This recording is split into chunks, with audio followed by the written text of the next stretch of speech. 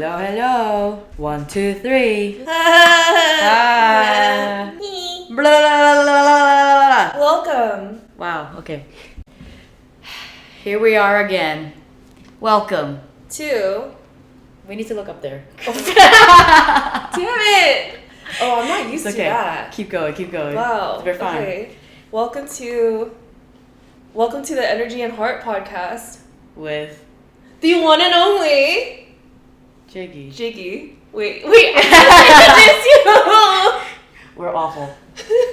With Jiggy and Steph. Let's go. So, how can we start this? Oh, let's talk about, before we get started, let's talk about a dope thing that we did last week, which is we met Asians for Mental Health. Oh, Dr. Jenny Wang. Yeah, that was freaking dope. Yes, it was. I feel like she's one of... I don't know, she's one of very few, I feel like, Asian figures, like Asian female figures that I look up to, so it was really cool to meet her.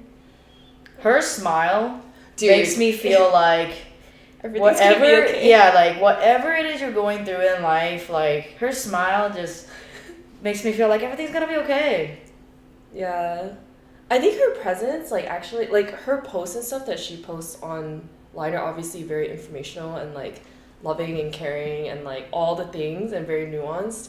But like her presence is so like grounding. Super grounding, super loving, and I was just like, wow, like you're exactly what you feel online, which is like kind of strange to say. Yeah. A friend of ours said, like, I guess there's a quote that says you shouldn't like meet your heroes or something. I've never heard of that, but our friend said that, you know, she regrets nothing. Like meeting her was exactly what she thought it would be. And of course, as soon as we start the podcast, there's a truck going by, and it just is what it is. So yeah, that was really cool. Today's podcast, Steph is going to lead it with her intentions and whatever story that she wants to share. This isn't real time. We didn't talk about this beforehand. I said on purpose, let's do it live together, and so that I don't want her to like repeat herself, and we can just like experience this together. And you get to see like RBTL in real life, I think. But lead the way. Yeah, like go ahead, get in there. Shout out to Carrie. Get in there. So last week, in my inbox, I received a random email from my dad. One, context, my dad never emails me. Like, he literally, the last time he emailed me was when I was helping him with his job search. That's literally it. That's the only time he ever emails me. And so in this email, he actually sent a job posting to me. And he wrote like, oh, when you have time, like look into this. And initially I was like, what the like, what are you doing? Like sending me a job posting? Like you fucking know, like I run my own shit. Like I've been doing this for like 3+ years. Like this is so offensive. Like, and I think it was like just my initial reaction was just like, dude, like it's like painful or like, I think it hurts when you receive something like that. Cause to me, it was like a signal of like, I don't really believe in like what you are doing. Right. And so I think I took it like very personally initially, because I was just like, what? Like, why would you? Because there was no context. It's just like, look into this, right? And then that's when I realized like, okay, I'm like creating all these like stories that are not true about my dad. Like literally from Meaning that. making. Yeah, literally. Meaning making is like one of the skills that like advanced skills that we like teach in RBTL, but it's like, what stories are you making about other people without actual like context, right? So when I got this email, immediately my brain goes to, my dad doesn't believe in me. My dad sucks for not believing in me. Like, this is why I don't like him. Like, this is why, like, I never felt supported in my life. It literally was just like a stream of like thoughts that came through, and then it started getting me like really angry. So I felt like I wanted to like call him and like get mad at him and like yell at him. And then I had to take a step back because I was just like, okay, like, one, you don't really know, like, is he actually sending this to you for you to look it up? Does he want to send it to you because maybe your friends need a job or something. Like, it's very unlikely, but I was just thinking like, okay, like what's the actual like context of this? And so it just made me think a lot about like my history with people who I think mean very well, but maybe don't necessarily know how to show support. So I think over the last like couple of years, something that I've learned in like the journey of like entrepreneurship is like it's like it's hard, right? Like the journey I think is really difficult. You obviously are taking a lot of different risks. And I think there are people who want to support you, but like don't know how to support you, and also the way that you receive support may not be like the way that they like show it. Right? So I think with like some friends over the years, like, they mean well when they like say nice things to you or like, oh, you can do it, right? But it's like that doesn't really help me, like that, like in all honesty, it's like it's a nice gesture, but like if I were to be truthful, it's like that doesn't really support me. You know what I mean? And so it just made me think a lot about that. And I think with my dad, it's also very strange because like as a child I felt he didn't necessarily like say, oh, you have to be like a doctor, but I definitely felt the pressure of like, okay, I have to go to medical school, get my MD, like become a physician, and it just wasn't like the profession for me. And so when you go from like your whole 20 something years and then you go through all of college thinking you're going to go to med school and then decide like, okay, well, that's not it, and you discover that at the end of your fourth year or like mid-year through your fourth year you decide like, oh wait, actually this is not my dream, this is something that I feel pressured to do, and to decide to completely pivot, your degree is now, I don't want to say useless, but not as relevant, because I studied bio and like that was literally for med school. It's like, where do you go from there, so the transition into that was like really scary, and it brought me back to like when I told my dad that I didn't want to do medicine. He was just like, he's very curt, like it was just like, okay, like that's fine, but like that's fine translates to like, he says that's fine and he like hangs up, like that's the phone call. And I'm just like, my hope is that, my hope at that time would have been like, I would tell you something, I would tell my dad something, and he would be like, hey, like I trust what your decision is, I believe in you, like those things, like words of affirmation I think is like really important to me. And so to receive that, and then to like at that moment I just remember feeling, dude, I'm gonna be alone in this journey, like I don't actually feel like supported by this person because of the way that they're sharing with me. But yeah, it goes to show like, I don't think my dad means these things. I think ultimately my dad actually really does support me, and I know this now because like when people ask him about like me, he's just like, oh, in my family I have a doctor, like which is my little brother, like an optometrist, an eye doctor, which is my older brother, and he's like, and one entrepreneur, and I was like, oh my god, dude, like that's the way that he's like, I think shows that he's like proud, right? But it's confusing, I think, when he shares that, but also like sends his email, but I also understand that there's like context I don't really know. And then I ultimately decided like, I don't think this is worth my time to explore too. So you haven't talked to him about it? Yeah, I haven't talked to him about it. Well, I want to talk to him about it, but like not over the phone or over text, because I feel like so much can be like misconstrued. So like I'm just waiting for the opportunity to actually like chat with him in person, so that it just like minimizes the chances of like confusion. So what was the job position? Like, how do you know he sent it for you? What if it's for him? I don't know, dude. Well, because I don't know. Unless it's like a female dancer or something. No, it was like a law enforcement, like something in law, and I was like, oh, okay, like it's a government job. Okay, here's the thing. My dad works like for the post office, so like he works in the government. Yeah, it could have been for him this whole time. I don't know. I feel like, did you send it to somebody? Like it was not. It's not relevant to me, bro. But like it's relevant in a sense that like he's always told me my entire life, like government jobs are like stable. So I was like, I get it, but also like I'm good. Like. So yeah, I just translated to like he's just wanting to like look out for me. And I think it's taken like many years to get to a point where I can translate that without like, you know, acting on the emotions that like come up out of that.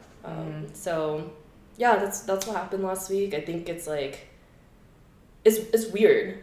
It was weird. It like transported me back to a different time where I felt like I was 23 again, like being told, like 22, like being told like, hey, you should do this or you should do that, which is not a fun feeling, I think, and it's just strange, honestly. Yeah. What's your invitation? You know, I would love to hear like if you've had moments where you have received that. Like it was just shocking to my body because I have not seen that in so long. Like I was just like, wow, it's been many years. Like people know what I'm up to. Like they don't say those things anymore. I don't even have that in my realm. And so I'm curious, like if you've experienced that, like how you took that. Yeah, and it's just like I think I'm really searching for like stories because it just helps me feel like, okay, like it's not really that left field for me to like react in that way, because I think I felt after I reacted and like felt angry at my dad, I was like, then I made it bad. Like then I was like, oh, it's bad that you still feel like triggered or like you still feel angry about that. Why aren't you over it? Which is like the thought process that was like in my head, which is not serving anyone. Yeah, it's not serving me to get mad at me. Yeah, you know what I mean? It's not serving me for any to do any of this, you know. And it's like wild because it's like my dad doesn't even know that like this is occurring for me. Yeah, right. And so I mean, hopefully that's the conversation that I can have with him, right? It's like to be like, hey, like I would appreciate if you don't like send me these things, right? Because like that signals to me something, you know, opening up that conversation. But yeah, I think it's the fact that I made myself feel bad, like I guilted myself for feeling that way. And so curious like how, and it doesn't have to be like, I think it's like anything really that like kind of that you receive that goes against like your values, right? And then like how do you move through that? Yeah. Then I'm thinking like you had a reaction to a reaction. Yeah. It was like a meta. It was like a meta thing, dude. And I was just like, dude, what the? Everything everywhere all at once. Dude, this is what happens when you like are super deep in like your growth and thinking about all these things, and it becomes hella meta. And it's just like you start thinking about like your reaction to the reaction. Then you ask your friend for their reaction to the reaction of your reaction, right? Like this is like how deep can you go? Okay, yeah, so when it comes to like stories of my own, I think that being unsupported outwardly has been a story of my life. Right. Whether it's like I grew up being the black sheep of the family, and so I always made decisions that aren't very like expected from the family or the culture itself. And even just like the way that I dressed, literally like my entire childhood, any decision that I wanted for myself was kind of like judged upon and pointed fingers at. And even like something as like being gay, it's like what's you know, judgment there. But even when I wanted to have a rap career and the record label wanted to sign me, my parents said no. And they were like, well, not my parents said no, my mom said no. And she just really wanted me to focus on school and this, that, and third. And I've just never really felt supported about anything in my family. And I think that it's a defense mechanism. It's to say like, okay, I'm alone in this journey, they're not going to understand, therefore I'm just not even going to talk about it. So I never really talked about my rap career. We never ever talk about me being gay, because even that alone, they were like outspokenly unsupportive. And I think that, you know what, like I think that they don't even know that what they were saying was like not only offensive and disrespectful, but like unsupported itself. It's like not even unsupportive, but it's like unloving, like harmful. Like, yeah, I don't think they even have the awareness. Like you don't have to understand it, you don't have to support me, but to say things that they aren't aware are actually like unloving things to say, I think is another thing. And I mean, like, the way that I look at my life, the things that I do now, sometimes I wonder, would any of this have been possible? Would I have been able to move across the country? Would I have been able to pursue my own business if my mother was still alive? Because Wow. And that's a huge thing that I constantly reflect upon.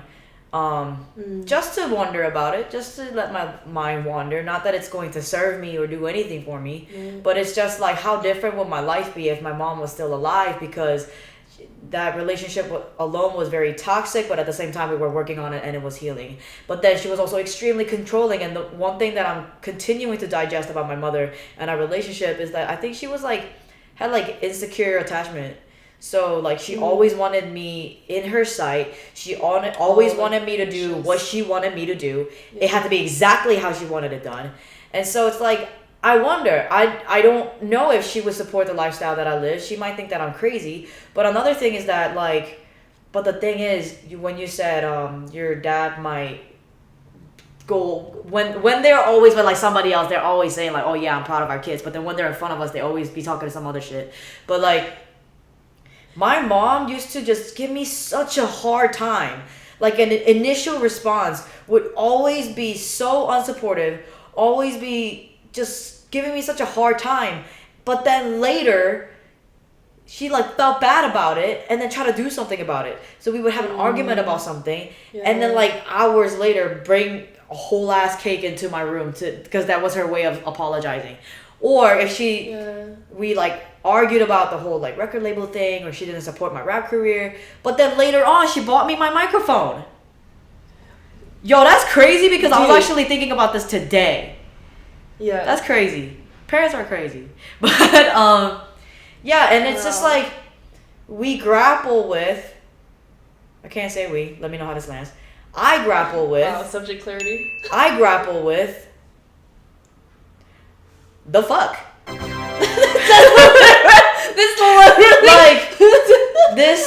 Yo, are you playing games, and are you aware that you're playing games, and also do you realize how exhausting this is? Or and this is where it's unfair and at the same time so exhausting, but at the same time we have to have patience with our parents, that parents are humans too. And they continue to strive to be good parents. Yes. And they're their hardest critics as well. And they probably point fingers at each other too. Mm-hmm. And then I honestly can't imagine being a parent, because when parents fuck up, I think that they hold it to themselves, wait till we're all asleep and cry about it. Yeah, dude. Dude, she's so serious. I hate this. So no, but that's the thing, is I think I think it's important to allow all these anger, pain, frustration, with our parents to come up, right? And ultimately they have made intense sacrifices for us to be in a place where we have the self-awareness for that, and it becomes a choice for us, right, to see them for who they are, to know that they did their best, and to also know that it is okay to feel all these really hard feelings about it. I think it's super complex, and there's no black and white way to look at it, right? Because literally we just went through a freaking roller coaster of that was really fucking confusing, and I'm fucking angry, and oh fuck, they probably cry at night. Holy shit, and I think that's what's beautiful about being in the position. I think that we are being able to have to have space and commit to this self-awareness, the work, being in tune with our emotions, learning skills from RBTL, and you always talk about making space for your emotions, allowing them to be cues, for you to just explore what's there. Don't deny it. And I think that's an important thing to do, especially in these very complex, very nuanced situations. Yeah. Another story that came up for me when you were sharing was my brother. I mean, homie's still alive, and the only homie in my family who's left.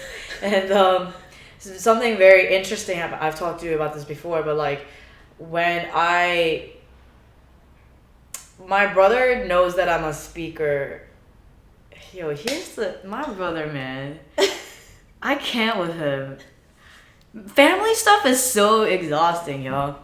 So, homie acts like he's not interested in what I do. He acts like it's not that he's like outwardly unsupportive of my business, but he would like passively say stuff. So, for example, like when I first started my business, whether it's speaking or t-shirts or things like that, honestly, I think my sister-in-law had a lot to do with the growth of the support and understanding. Aww. But there was a time when I would be like, man, having my own business is just way too hard. I'm going to start looking for a job. Like, I would call him to talk about these things and be like, having my own business is too hard. Like, I want to just start looking for a job. I want to give up. I'm tired. Like, this is exhausting. And he would be like, yeah, see, I told you. Like, that's the secure way to go. That's the consistency, you know, consistent money coming in. Like, it's the secure, it's the safe way to go. Like, having your business, yeah, it's too tiring. Like, it's too much stress. It's not worth it. But the thing is that he's a sushi chef, if y'all don't know. And he's been talking about having his own restaurant for a really long time. And my brother, I mean, like, I've been looking up to I don't know if he knows this, but, like, he's the dude that I looked up to since I was a kid. And so for him to say, like, this is what he wants, but he doesn't go after it, it makes me wonder, is it possible for me too? I was super happy for him when he got his BMW, because all of our lives he was talking about how much he wants a BMW one day. And then unfortunately, the moment I found out he had a BMW was when we were arguing. So I'm like going into his BMW and I'm just like, you got a fucking BMW? And I couldn't be happy for him because we were arguing, but I was like, damn, this is fucking cool. But damn it, this is nice. Good for you. But I'm super happy for him. And like, I love watching my brother achieve what he says he wants to achieve in life. And I believe he's like the greatest sushi chef in the world. You missed out. But, I know. But him always saying he wants to start a restaurant, but for XYZ reasons, he cannot. And so that used to discourage me. That used to bring fear into my own business and my own journey too. But I think I just came to a certain point where I was like, yeah, my family, my mom's gone now. My brother doesn't really support me. And my dad's in Korea. He has like almost like no idea what I do for a living. And so I truly am on my own. And this is the point where we can say, I'm going to be a lone wolf and go on our own journey. Come on, somebody. I'm on fire. I see where this is going. Yes, you see? You could choose to be a lone wolf and go on your own path and be mad at the world and say, you know what, my family don't support me and my friends don't understand me, therefore I'm going to do this all on my own. Or using an opportunity to say, you know what, there's got to be people out there who might understand me. At the time, I was going through the lone wolf route because, one, social media wasn't really the biggest thing back then. Two, I didn't know community of like-minded people and like-hearted people existed. Therefore, I thought I would be just on my own. And so, yeah, I did go through that where even my brother, like, didn't even really... He passively would say stuff like that. Like, yeah, you know, I told you that it would be tiring and, yeah, go through the safe route and things like that. But then I came to a point in my life where, one, I think being gay and going my own route against my mom's expectations of who I should be in life, I grew up with so much shame, and I was like, I'm not the daughter that my parents thought they would have. I grew up thinking that way, like, I'm gay and I did well in high school. College was okay. And I had all these like leadership roles away from academics. Like, if I'm gonna be the president of something, be the president of like the honor society. But no, I decided to be the president of a dance crew. What the fuck? My mom would be like, what the fuck are you doing dancing in college? Like, yeah. And so when all those things happened, I grew up being like, I'm ashamed and I'm disappointment and I'm not pleasing my parents and I'm not bringing honor to the family. But then there came a point, I think it happened in the last 3 years, to be honest. I think it was recent, when I was like, you know what? I'm not gonna live in the shame anymore. I'm not a disappointment because I'm fucking dope. I'm not a disappointment. I'm fucking dope. I am dope. And like, if my parents, I can't keep saying my parents. I don't know how my dad feels about me. If my mom didn't see like my power, right, when she was alive, it's not over. She's still gonna see me to this day. So now I'm recommitting to the rest of my life, saying, you know what, like, I might not make you proud in the way that you expect me to make you proud. But I'm gonna go above and beyond that because I'm gonna do it my way. And my way is dope as hell. And so now I'm operating in that sense because when my mom passed away, another thing my friends kept telling me, one of the things that like my friends would tell me that doesn't really make me feel supported is friends saying like, oh, your mom's so proud of you. She's proud of you. Like, she's looking down, watching over you, and she's proud of you. And I would be like, I get the intention. Yeah. But it does nothing for me. The impact is... it does nothing for me. It does nothing for me because when my mom was alive, she would be like the hardest critic. She's the one who taught me about work ethic and perseverance. Nothing was ever good enough. And I tell this story all the time, which I'm also being very careful about people understanding that my mom was not a terrible woman. She was hard on me. She was an immigrant mother. A Jiggy cannot be Jiggy without her mom. Like, it's not easy being me. You think it's easy being my mom? Hell no. She's the most powerful woman in the world. More powerful than Oprah. I said it. Yeah. More powerful than Oprah. But like, I have to be careful nowadays when I tell her story because like, I don't want other people to think like, oh, Jiggy's mom was a bitch and she was so hard on her. What a terrible woman. Like, I don't want people to think that way because I also honor my mother in that I wouldn't be who I am without her. But the funny thing is that, I know I told you this too, I don't know what it's like to be the daughter of my dad. Because recently when I was in Korea, I found this letter that my dad wrote my mom. And in it, he says, the letter was written back in 2009. I was a senior in college. This was still like the fall semester or whatever senior year of high school. And so I was like studying for the SATs. I was applying to college and this and that and third. So in the letter, he says, you know, our daughter, every time I talk to her, she's so stressed. And she sounds so overworked and burnt out. Like, she's always so stressed. She's telling me how much pressure you're putting on her when it comes to like getting ready for college and going off to college and studying and da. And he was like, I understand your expectations and your standards of academic excellence when it comes to our children. Because she did the same thing with my brother too.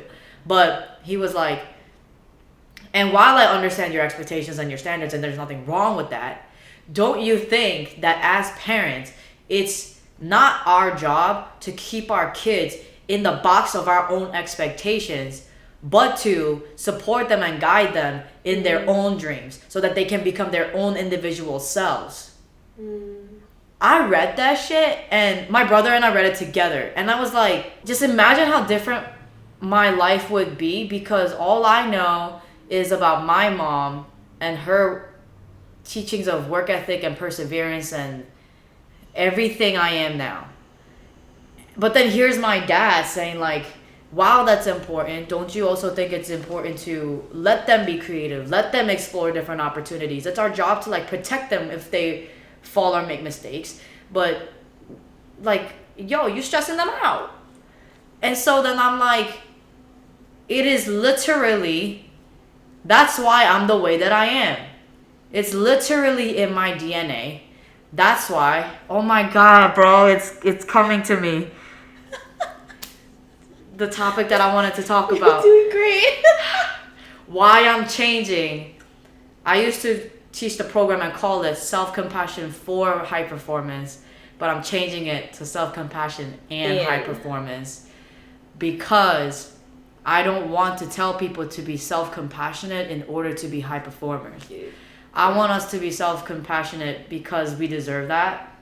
And at the same time be high performers because we are all worthy of achieving greatness in life. Bitch, I did that.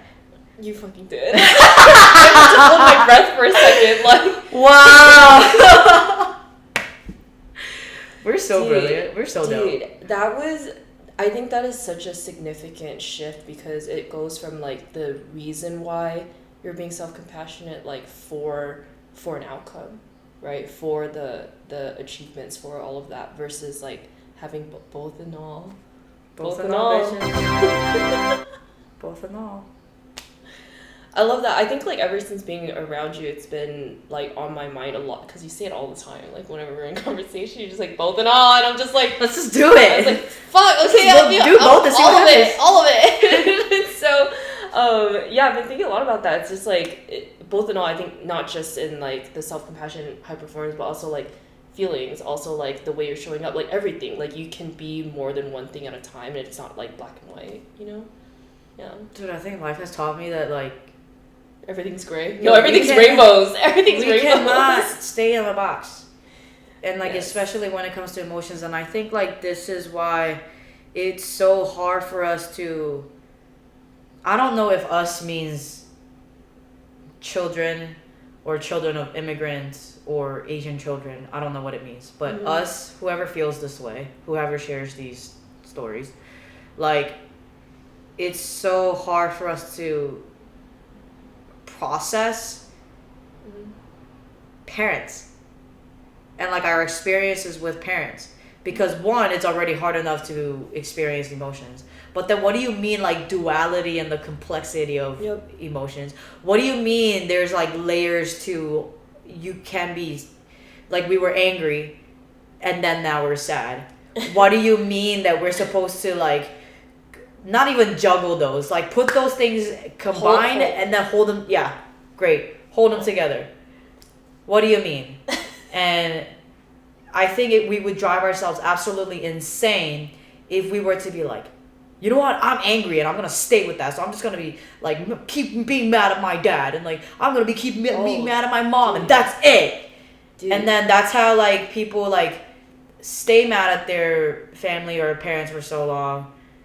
But then also, like, what about sadness? I think people fear sadness. I think that people, if we were to also make room for sadness and understanding and patience with our parents and being like, you know what? They probably, like, stayed up and just cried at night alone. And it's like, shit, fuck. That's harder to hold than anger. Yeah. Go ahead. Dude, no, you're right. It's hard because what that does is like you're extending compassion towards like somebody. So then how do you hold compassion for self and somebody you want to be so mad at? And we're allowed to be mad, but at the same time, we gotta give them the compassion to be. Yes. I gotta look up here. To be sad. No, you have no. The thing is, I think it's recording. How was I supposed to freak out? It's recording. It's only the second episode. Leave me alone. We're doing our best. I need to go to the studio. We're in a quiet night tonight. No, I think. But here's the thing. To extend compassion towards somebody else, right? You have to do that to yourself. Yeah. You know what I mean? Like, and I think that's where like. That's why it gets so hard. It's because, like, I think, like you said earlier, we're all of our harshest, like, critics. And so it makes it difficult for us to be compassionate towards somebody else when we are also, like, super hard on ourselves, you know?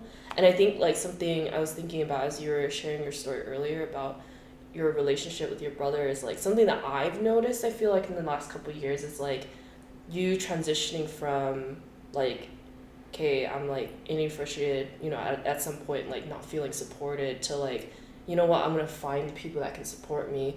And then now I think transitioning to a point where it's like you don't hold that against your brother, but I feel like you find ways to show him like that you support him regardless, right? Yeah. And I think that's like the transition that I know. Yeah. Can we take a moment? Shit. Like, fuck. A collective breath.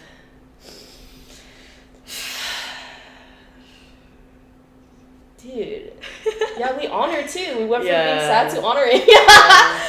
But yeah, I think it's like, I think that's a significant thing to mention is like the journey, I think, is not overnight, and it's okay to feel angry, and like you will hold that like for as long as you need to. I think just some people choose to continue to hold on to that, and I think that's where I personally feel like that's where it becomes hurtful to yourself. Yeah. Right? To hold, like, it's the fucking boulder thing, right? Like, you're literally going around with the anger, frustration you feel towards others, like, holding that like a bag of fucking rocks. And it's just like, I'm not saying you should start being happy towards other people, but I think, like, when you're able to find forgiveness, when you're able to find, like, love and extend compassion and, like, see the other side, doesn't mean that they're, like, right? It just means that, like, you can hold both. I think that's when, like, the weight starts to, like, come off. Yeah. Right? That's when it becomes, like, lighter. And I feel like that's why, like, this conversation also around my dad, like, I'm realizing, like, oh, I don't hold on to this, like, it doesn't feel as heavy as, like, before, right? It doesn't feel like, oh shit, I gotta, like, process. I mean, I still have to process, but it's like, oh, I don't have to hold on to it. Like, it's okay. Like, he did this thing, it affected me. I feel my emotions. Okay, now we have moved through it. And it's like, what the fuck? Did I spend the last decade trying to do this shit? Like, oh, now I understand why all the work was done, is to be in this place where you can, like, experience, feel, like, and then, you know, choose what meaning, like, that you're gonna put to it. Yeah. Right? And so, like, what I'm choosing, I think what we're, you know, parallels in what we're both choosing is, like, we don't need to take that personally. Like, and it is okay that they are where they are. And, like, it is okay that they may not have the skills to support us in certain ways. And they show it in other ways, too. Right? And so I think there's, like, a lot of different, like, threads that is, like, a part of this, like, conversation. But the fact that we can hold all of it, I think, is a reflection of the work that has, like, been done. You know? Yeah. We're so dope. Dude, something random that came to mind. Yeah. And then I'm gonna get into a story. Yeah. The random thought of mine is that even when it's never personal, no, it's never personal, and even when it is personal, it's not personal. What I mean by that is, I feel like DJ Khaled right now. All he does is, like, repeat himself. Passion.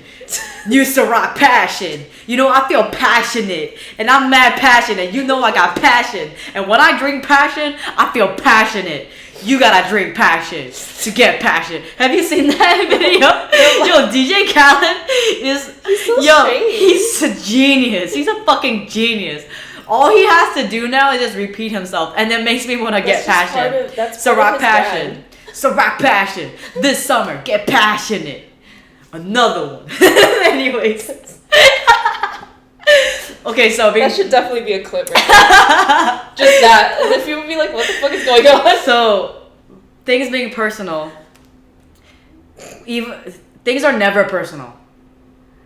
It's not what we think. It's not a personal attack.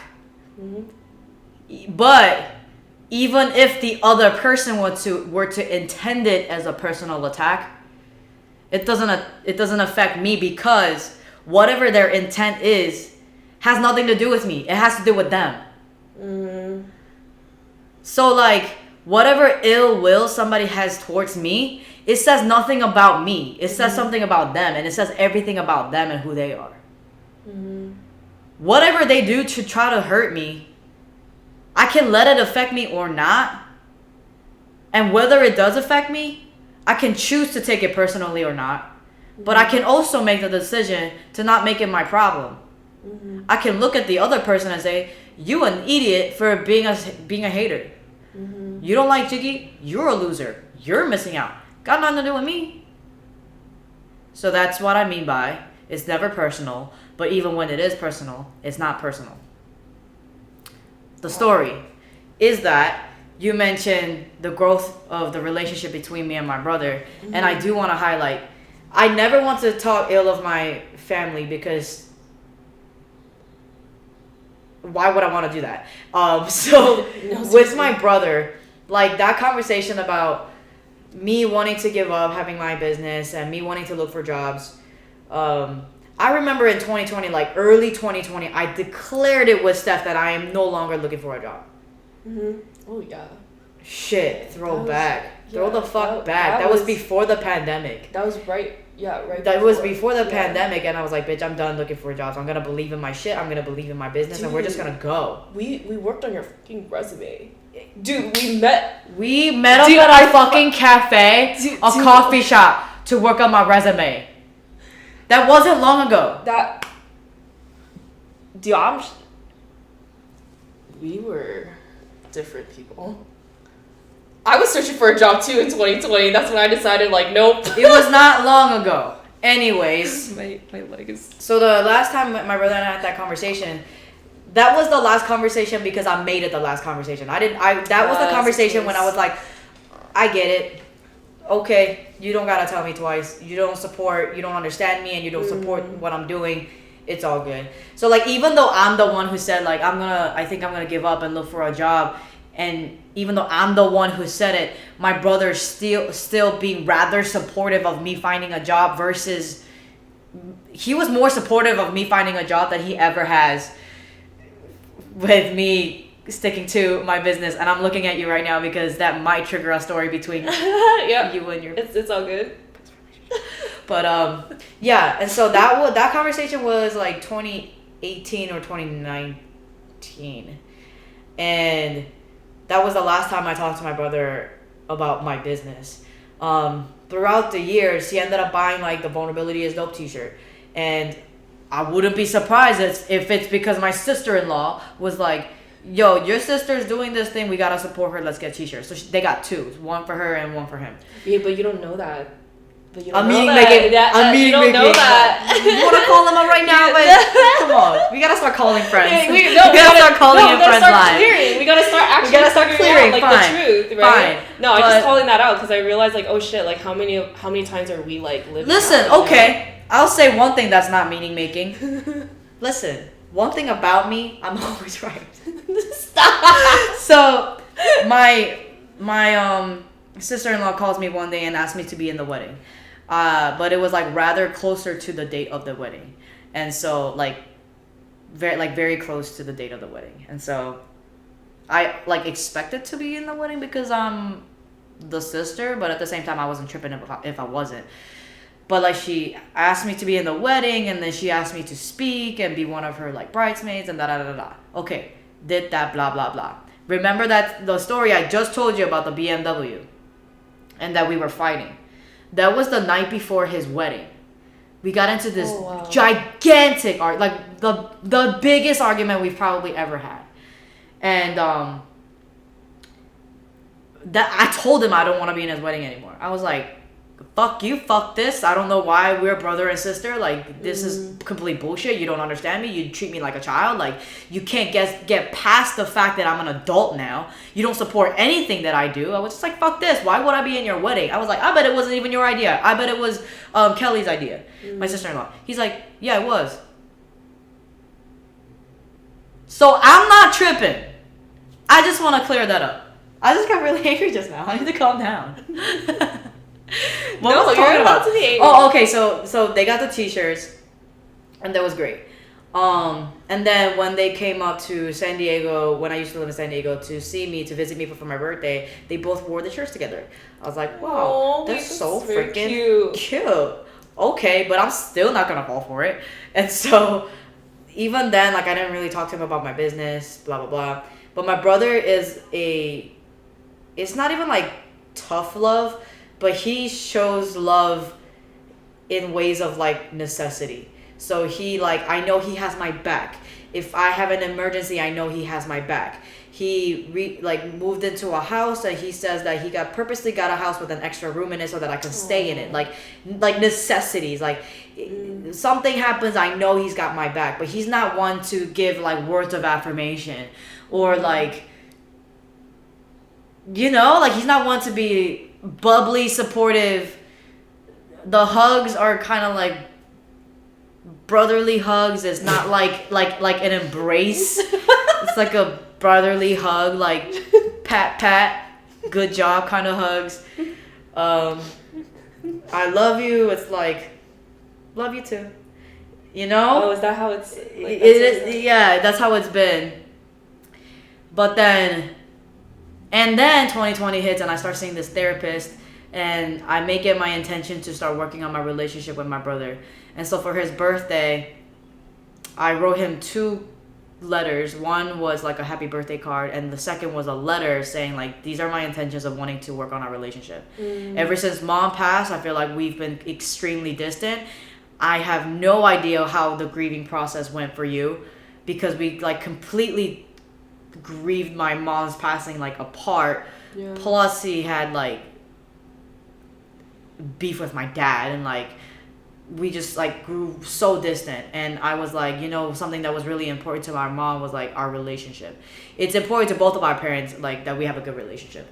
And so all that intention, blah blah blah, I was like, I don't know if you're like mad at me about something, I don't know if I ever did anything to you to hurt you or whatever, but I acknowledge, and I said this in his wedding speech too, I said that granted my brother hasn't been able to like understand or support me in my business and things like that, but I extend compassion for my brother in that when he was going through life shit, I was always too young to support him or understand him, because he's 7 years older than I am.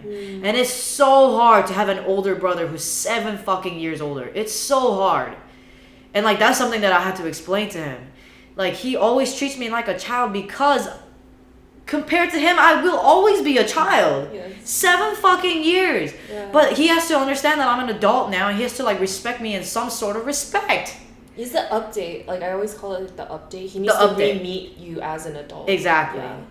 And so like, since that fight or whatever, from his wedding date to 2020, where I wrote him this letter, he told me that he always thought like I was spoiled. I'm like, what the fuck are you talking about? I did not live a spoiled life. Too. He's got yeah. And so like, okay, you know what?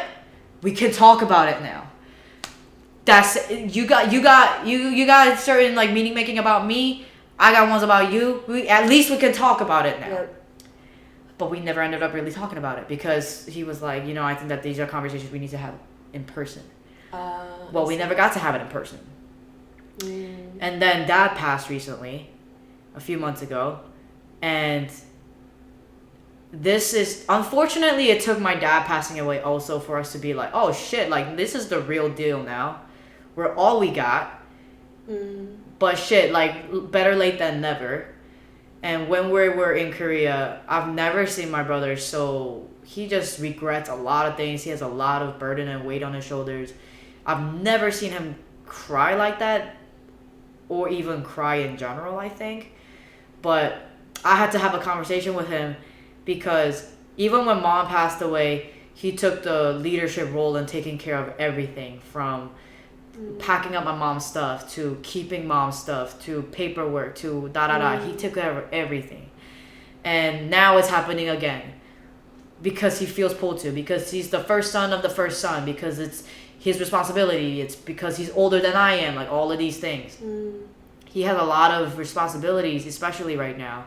And so I had to have a talk with him, and I'm just like, I know you think that I'm a child, but I need you to understand that I'm older now, and I want to be here for you and support you. So, but the thing is that my brother is not the most emotionally intelligent guy.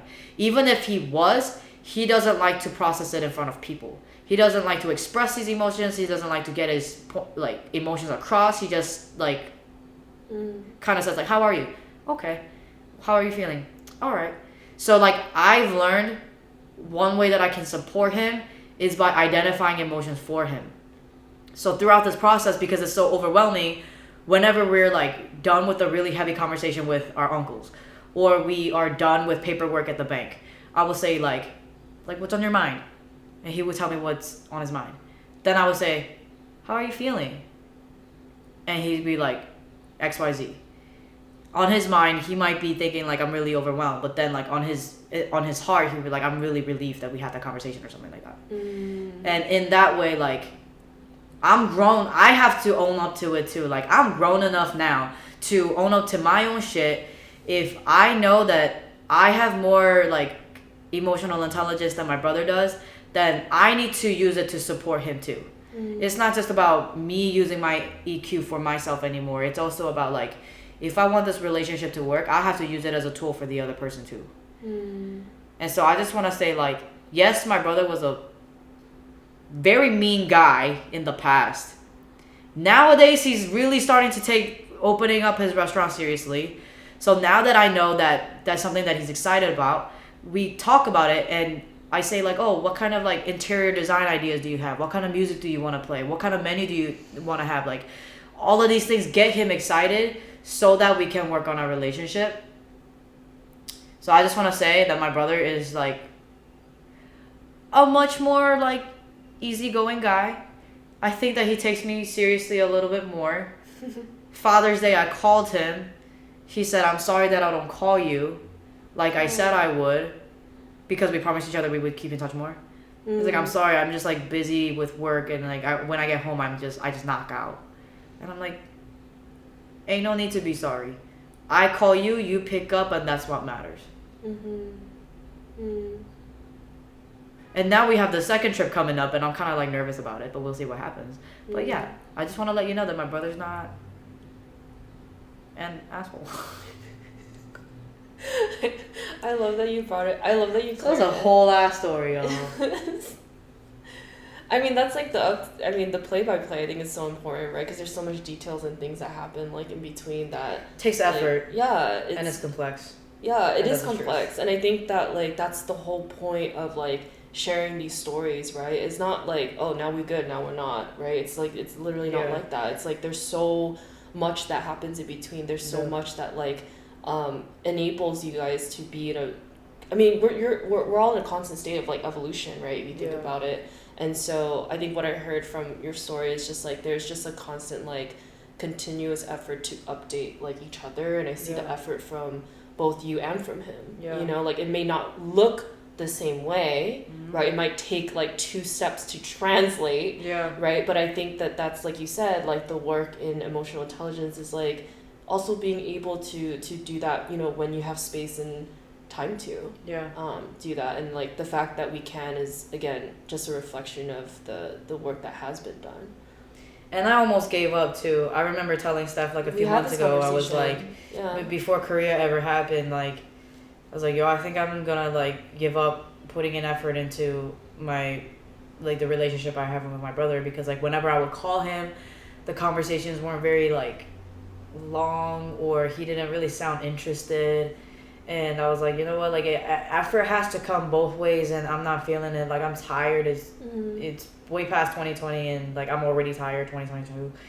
I remember telling her like I'm ready to give up, but then she told me a story about her and her brother, and I was like, oh shit, I think it's like worth keep going. Yeah. But then surely enough, the whole Korea trip happened, and truly nothing is overnight. Like Steph and I are not where we are with our business, with our friendship, with our emotional intelligence and self-awareness, and learning how to support one another, having conversations like this. It didn't happen overnight. Like nothing happens overnight. And that's why I think a lot of people are like, it can be looked upon as lazy. Like some people are just lazy. They don't want to admit that they're lazy, and therefore when they complain about certain relationships that they have, they want to work on but can't. Like some people are just bitching and they're lazy. But then there are also people who are like, you know what, I do not have the bandwidth for this, because they know that it's so hard. And so that's another aspect. But then those who are willing, but then the other party might not be willing, then that's another layer of commitment, where it's like, am I willing to push this as much as I can, even if I know the other person isn't committed, and I know there's a chance that I'm going to get hurt and I'm going to get exhausted. Am I still willing to do it? And then eventually, if you're very lucky and you both come to terms like, oh yeah, we both want to work on it, then it's great for you. But but that doesn't happen for everyone. It doesn't happen for everybody. And so like, and this is anything. This isn't just relationship. This is even business. You can work. This is the next episode I want to tell you about. This is the next episode, y'all. You can bust your ass and work so hard, and there are times when it just doesn't fucking work. And it can be over a year. It can be 2-3 years. Yeah. And then you can bust your ass every single fucking day, and it still doesn't work, and it's exhausting. So when I have friends who are like within the first year or second year, and they're like, it's not, oh my god, like da-da-da, I'm like, homie, there's dues that you gotta pay when it comes to this shit. And it sucks. You have to like work so hard to be able to sustain your sanity when you're doing this. But if you really want to do this, oh my God, I'm about to sound like one of those podcasts, but if you really want to do this, you gotta really want to do it. Yeah. But let me put my own twist to it. That's why community is so important. Because you're gonna find out that you can't do it yourself. Yo! And that's the next episode, bitch. Let's go! I'm so excited for that. I have so much to say. I'm like literally have to go off right now, but I'm just like, no, I gotta save that for the next one. Watch, we're just gonna take a lunch break and just come back and put in the same outfit. Dude. We covered a lot today. It is time and effort, and you never know, you're never guaranteed. And I think that's where, dude, okay, I gotta clear up that my dad's not an asshole in case that's not clear. Yeah. But like, I think it's like, at the end of the day, it's like you cannot control like another person. I think there's also like thinking about seasons, right? Like, it's not being a constant, like, especially in relationships. It's like, you're growing, they're growing. Like, it's weird to think of your, like, at least for me, like, thinking about my parents growing. Like, I'm just like, oh fuck, like they're not the same person either. So it's like you having compassion for your own growth and evolution, you need to extend that to this human being as well. Like, I think we forget that in the moment that we see our parents as their roles, we forget that they are also human beings doing their best, trying their best every single day. So I think with like it's so funny, we're like coming back to my dad at the end. Like, I think like ultimately at the end of all of this, it's just like, you know, if we can be grounded in the fact that we, you know, care and love even if it looks different. I think that's what personally like keeps me going. I think that's what I hear with your brother as well. It's just like there's mutual like care, even if it shows up differently, even if it doesn't necessarily land sometimes, and it's just like growing, like, I don't know, it's like an unkept, like, I think of it as like when your hair is too long and it's like slightly unkept, like that's what I imagine when there's a relationship that like, I mean, you mutually know you're gonna care for it, but it's just like it's still growing out in certain weird ways, so it kind of feels like that. And then when you have that conversation that's really connecting, that's when the haircut is, you know what I mean? This bitch. Hey, did that work? I don't know why that's new. I've never heard you talk about haircuts before, but you know why? You know why she's talking about haircuts? Because she's like obsessed. Like it's her birthday week, and she's like, I'm turning 29. Like do I want to keep my bangs or? Like, that's why she keeps thinking about haircuts. That's why. There's a reason for everything. Yo, another thing that I want to add though is that like we have to see the person as they are, not who we wish that they are. Because she needs a water break. She's like, dude, coming back from that was KRC. Wait, that was really good. I'm actually really hot right now. It's funny. Hey, when we do this for the sake of our audio, we don't have the AC on, so. And we have lights on everywhere. It's like breathing in heat, you know. I used to think that my brother was so mean, and the way that he says things, I'm like, man, you're just like you're an asshole. Like the way you say stuff is mean. And I'm like, man, is this how people feel about me? Because like growing up, people were like, Jiggy, you're mean, and the way that you say things is like so like da da da. And I'm like, what better way to say it than just like direct and forward? I say what I mean and I mean what I say. But I think I've gotten better. But like when we were in Korea, for example, and my brother would say stuff to like my sister-in-law, and she would keep telling him like, can you say that nicely? And she would say that the whole trip. And I'd be like, oh my God, my ex used to tell me the same thing. But I laugh because I'm like, I would have said it the same way that my brother did. I don't see anything wrong with it, what he said, or the way that he said it. It's very straightforward, very direct. He means what he says, and he says what he means. I don't see nothing wrong with it. And then here's my sister-in-law like, can you say it nicely? And I'm like, oh my God, am I just like my brother? But then what I learned also about my brother is like, yo, he really be like saying stuff in a very like matter-of-fact way. Yeah. That's just the way that he is. And I used to take it so personally, and I used to think that he's so mean to me. And I'd be like, my brother's such a brother. Like, why is he so mean to his little sister? Like, what? Like, why does he say it the way? You know how girls say, like, it's not what you say, it's the way you say it. And it's like, it's the way that he would say stuff. But then I realized, like, oh, I shouldn't take this personally because that's literally the way that he is. And I know now because my sister-in-law would be like, this is what I live with every single day. Like, he would say some stuff and I'm looking at him and I'm like, did you really just say that? And my sister-in-law would be like, he literally does this every day. I live with this. And I'm like, you chose though. You chose to live with it. You said yes twice. You said yes when he proposed and you said I do when you got married. Me, I ain't got no choice. I was born because of my brother. My brother wanted a sibling. So it's his fault. So now I don't want to deal with it. But anyways, yeah, that's just like, so now that I'm accepting it, nowadays when he says stuff, for example, like on Father's Day, we were about to hang up and I'm like, oh, tell Kelly, like my sister-in-law, I was like, oh, tell Kelly I said hi. He was like, tell her yourself. Woo! And then like gives the phone to Kelly. But you get what I'm saying? It's very literal. Yeah, exactly. It's so funny. Like the old me would be like, what are you like? What? Why do you say it like that? But like, he just means what he means. He says what he means, and he means what he says. Like, tell her yourself.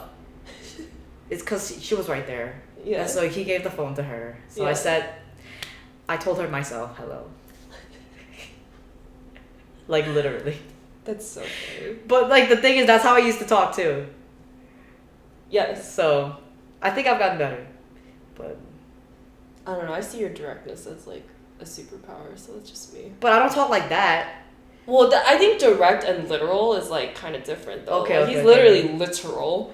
Okay. Yeah, which like he's probably direct too, but that's a little different. Yeah. God, it's so hard to like try to get some. Okay. Here's another thing. One more. Okay. When my dad passed away, and we were all like my brother, me, and my sister-in-law, we were just like sitting down having dinner together, and we were just like taking a moment to just kind of like, in an attempt to process our grieving together, we were just kind of like. Say it like that. Because it's just my family. We don't process. Anyways, so I was like, yeah, one of the harder things that I'm going through right now is like on my phone, on my Google Calendar, every single day at 5 p.m. is I call dad.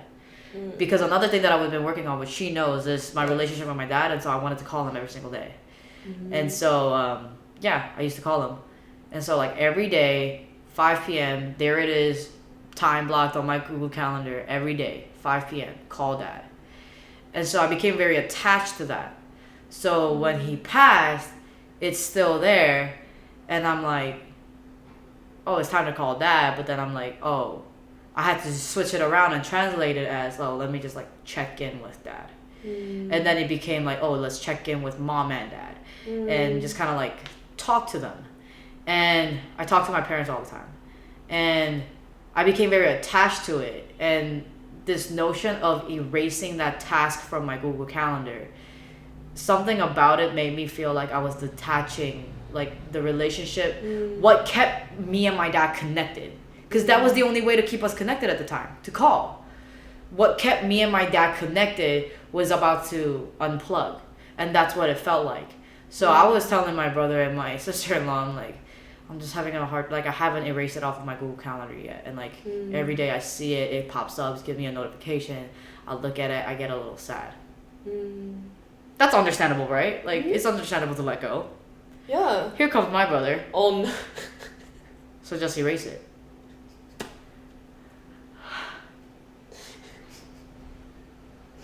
I'm gonna send this episode to my brother. And like we say, like you said before, like I think they mean well. My brother doesn't want to see me in pain. That's why. Yep. That's why. That's why. Yes. It has to be translated though. But it's the way he says it. Oh, do you see what I'm like? This is why like. It's so relatable though. People talk about like intention all the time. My intention is this. I have good intentions. But you know what? When it comes to me, I know we talk about intentions a lot. But when it comes to me, it has to be intention and execution. Yes. I care about intention, but I don't give a fuck about intention. If the execution doesn't follow suit. Your intention is that you don't want me to be hurt. I expect your execution to be just that same wavelength. Don't be out here saying, but I meant well. Blah, blah. Well, bitch, it didn't land. Okay? Put in the effort to figure out how you can have the intention match the impact, right? Like, that's like the whole... Yo, that's that gaslighting shit. I know I'm going off a tangent right now, but that's that gaslighting shit. One of the most gaslighting shit I've ever heard is when somebody says, oh, it's just a joke. A collective deep breath. I had to automatically do one. Yeah. We're gonna we need to end. No, I'm gonna keep going. No, we're gonna put a pin on that one because I think that there's actually a lot to explore with that one. So that's the 4th episode. Yes. Unless it comes back on the 3rd one. It's possible. How did we get to this point? We covered so much. And then, you know what? I'm just feeling like relieved. I feel like we just went on a roller coaster of like emotions in this like entire podcast. And I'm ending just feeling like relieved and grateful to have had the conversation. Just the energy and heart, baby. We're so on brand. We're doing a great job. That's because we're just ourselves. We're not even on brand. It's just ourselves. Yeah, this is who we are. Like, branding is supposed to be who you authentically are, and it's like, man, it's easy. Yeah, it just is. Wow. Thanks for bringing the conversation, or like just asking to bring it in. Yeah. Like, thank you for sharing. Yeah. Do you feel complete? This really is RBT. No, like I'm asking because I do. When I first asked you like what is the invitation, I wasn't sure if you wanted me to ask you more questions to explore how you're feeling about your dad right now, or but then you did say that's something that you want to process on your own, like No. I thought the stories was like great because like I think what it did for me when you shared the stories about your brother and like got into detail, it just made me realize like wow, like the growth is in the way that we process. It may not be growth like visibly seen in the way our relationship is. Like the growth is in the things that can't be seen, right? And so I think that's what I got from like us like being able to hear your story. It's just like, okay, I'm okay. Yeah. Like I don't need to like put more time and energy into like figuring something out because it's like it can be that simple. I don't have to take it personally. And so that's what I got from that. So that's why that's your takeaway. Yeah. Anyone from RBTL who's watching this is just gonna be like, oh Lord. They're gonna get it. But yeah, done, baby. But yeah, that's what I got from it, and like that's where I think the sense of relief and gratitude is coming from. Yeah. I think that like every time we talk, my consistent takeaway is how much I've grown. Yeah. And I think it's because I like unpack a lot with you, which thankful for that. Thanks for that. Oh my god, I love you too. I forget we were sitting in that fucking coffee Dude, shop. I know. Our freaking resumes as if that job was gonna pay me enough. Hell fucking no. We were like, oh yeah, ask for what you demand and what you're worth. Hey, okay, at least we're consistent. No. At least we were consistent in like if you were gonna get a job, you were gonna go like hard. You know what? You were gonna ask for what you wanted. Like, you know what I mean? Underpaid. No, 100%. Like that was not what was gonna happen. But at least we were consistent in the way we do things, integrity. Which is yes. We gotta stop. Okay, we're done. Thanks for tuning in. See you next time. Okay. Bye.